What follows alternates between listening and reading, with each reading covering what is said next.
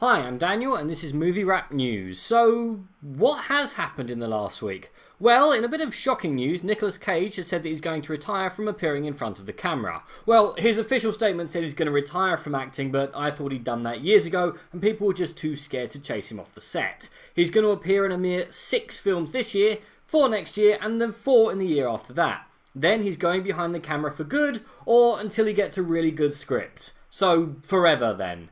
Damn it! Now I'm never going to get that Wicker Man sequel. What we are getting though is a Masters of the Universe film directed by McG. You know, the director behind both Charlie's Angels films, This Means War, and that terrible Terminator movie. No, the other terrible Terminator movie. Now this was announced in January, but I figured that it had quietly died or moved into development hell where it belonged, until this week whereupon Sony confirmed a release date for the movie. And we can expect it on December 18th, 2019. I've no idea yet as to casting, but I would like to think that Dolph Lundgren would make time for a cameo. Someone who will soon be making a cameo in prison for about 15 years to life is Allison Mack, Chloe Sullivan in all 10 seasons of Smallville, who was arrested for her role as a co-conspirator in a sex cult called Nuxivim? It's on the screen, which is being prosecuted for sex trafficking and forced labour. Yeah, the happy joy news is over for the week. It gets pretty grim from this point on, but I do promise to use pictures of puppies and kittens every now and then. Mack, who played Chloe Sullivan on the hit CW series for 10 seasons, has been arrested for her involvement in a sex cult called Nuxivim. She is due to appear in court in Brooklyn on Friday. Now, the group's leader, Keith Raniere, was arrested for sex trafficking and forced labour last month. He was extradited to the United States from Puerto Vallarta in Mexico and is currently being held at a federal prison in Oklahoma City without bond. Mack, who is listed as co-conspirator 1 in the criminal complaint, was last seen chasing after the cop car that was hauling Raniere away from the villa in Mexico where he had been hiding. Mack, 35, is said to have acted as a key recruiter for the group whilst also acting as a direct slave to Raniere, with whom she had a sexual relationship.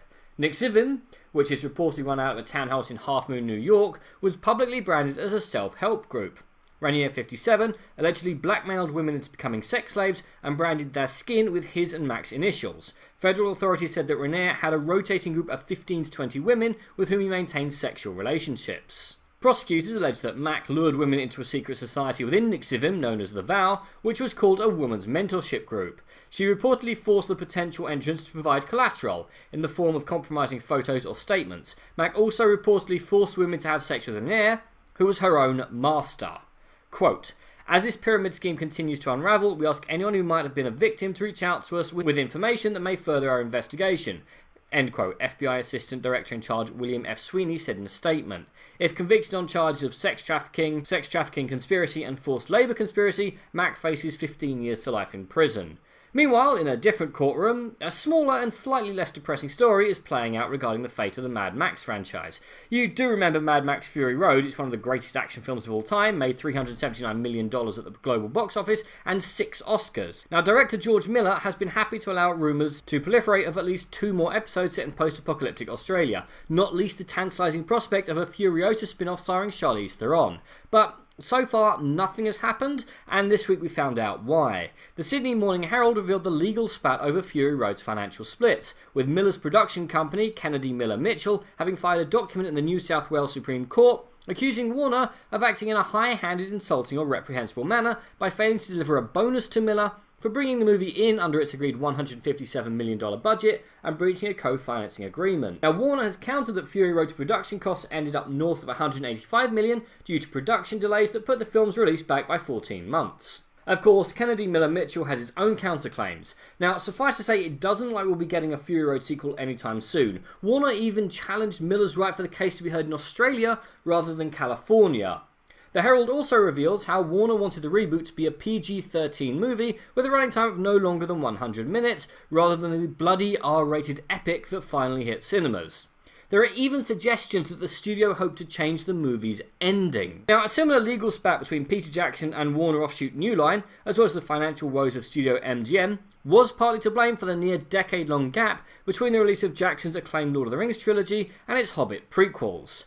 Although, I would have been happier with a longer wait, but maybe that's just me. Moreover, Miller is 73. This is a filmmaker who has had a storied career, one that reached a pinnacle with Fury Road, and it would be a huge pity to see such an impressive late flowering delayed for political reasons. Finally, remember how everyone else rejoiced when Disney bought Fox?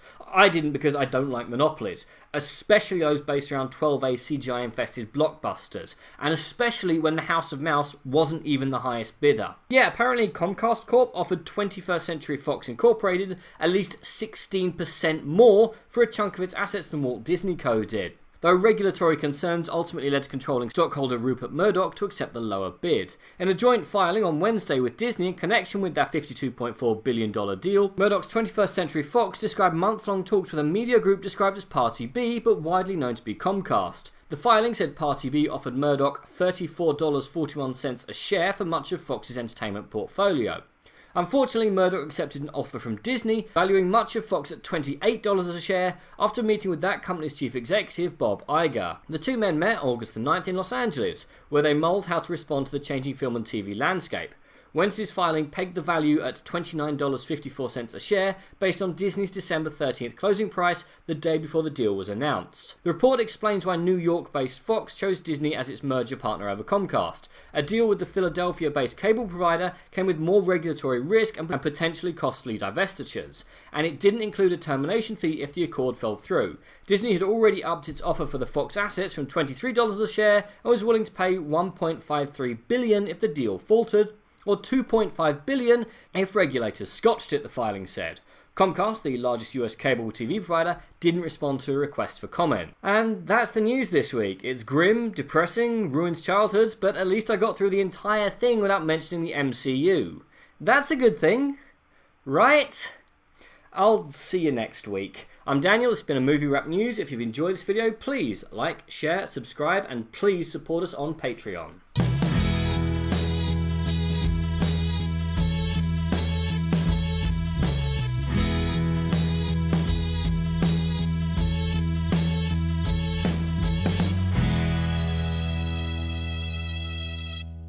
Made possible by contributions from viewers like you. Thank you.